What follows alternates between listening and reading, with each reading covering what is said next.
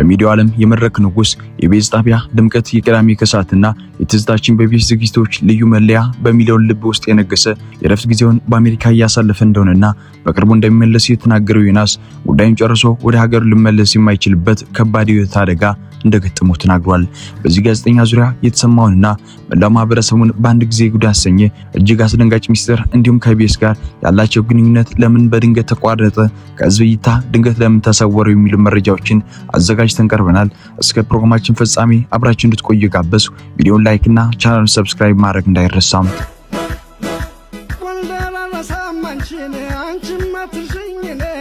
ብዙዎቹ ጋዜጠኛ ዮናስ ከበደ ከኢቢኤስ በይፋ ለቋል፣ ከጣቢያው ጋር ያለው የሥራ ግንኙነት ፍጻሜ አግኝቷል የሚሉ ድምዳሜዎችን ሲያጋሩ ነበር። በተለይም ያለምንም ቅድመ ማስጠንቀቂያ ከጣቢያው መራቁ አድናቂዎቹ የተገባ ምን አጋጠመው የሚሉ ተከታታይ ጥያቄዎችን እንዲያወጡ አድርጓቸው ነበር። በዚህም ማብራሪያ የሚሰጥ አካል በመታጣቱ የተለያዩ ያልተረጋገጡ መረጃዎች የተሰራጩ የሚዲያውን ዓለም አጨናንቀውት እንደነበር የማይረሳ ጉዳይ ነው። ለረጅም ዓመታት በኢትዮጵያ የቴሌቪዥን ታሪክ ውስጥ ከፍተኛ ተወዳጅነትን ያተረፈውና የኢቢኤስ ቴሌቪዥን የመድረክ አጋፋሪ በሚዲያው ላይ ለ3 ወራት ያክል ምንም አይነት ተሳትፎ ሳያደርግ በመቆየቱ በማህበራዊ ሚዲያ ገጾች ላይ በርካታ ጥያቄዎችና መላምቶች በስፋት ሲደመጡ ቆይተዋል። እነዚህ መላምቶችና ጥያቄዎች ከቁጥጥር ውጭ በሆነ መልኩ እየተናፈሱ በነበረበት ወቅት ጋዜጠኛ ዮናስ ከበደ ከበርካታ ወራት ቆይታ በኋላ ድንገት ዝምታውን በመስመር ብቅ ብሏል። ዮናስ ለተነሳበት ጥያቄ መልስ የሰጠው ድሮ ያቀርብበት በነበረው የቅዳሜ ከሰዓት መዝናኛ መሰናዶ ላይ በአሜሪካ ሆኖ በቪዲዮ ኮል ነበር።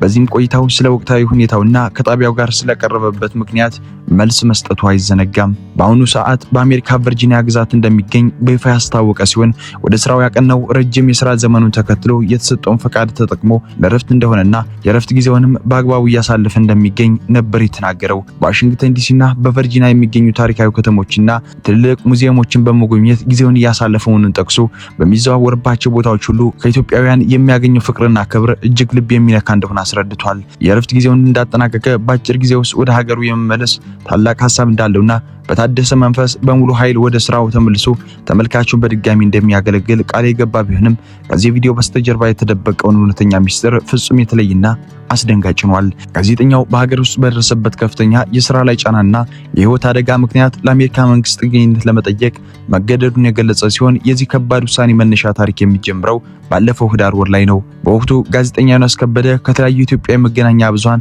ከተወጣጡ የሙያ አጋሮች ጋር በመሆን በእስራኤል የውጭ ጉዳይ ሚኒስቴር ይፋዊ ግብዣ ወደ እስራኤል የሥራ ጉብኝት አድርጎ ነበር። ዮናስ በጉብኝቱ ወቅት በሰራው ፕሮግራም ምክንያት በዓለም አቀፍ የአልጀዚራ ቴሌቪዥን ጣቢያ ለጥቃትና ለአደጋ የሚያጋልጥ ከባድ ዘገባ ተሰራበት። በእስራኤል ያዘጋጀውን ቪዲዮ በማስገባት በካናዳ ቶሮንቶ ነዋሪ በሆነው ትውልደ የኢትዮጵያውያን ጋዜጠኛ ዘካሪ ሽመልስ አማካኝነት አልጀዚራ ላይ የቀረበው ዘገባ የአፍሪካ ጋዜጠኞች በእስራኤል ያደረጉት ጉብኝትና ያስከተለው የሚዲያ ሽፋን የሚል ርዕስ የተሰጠውም ነበር።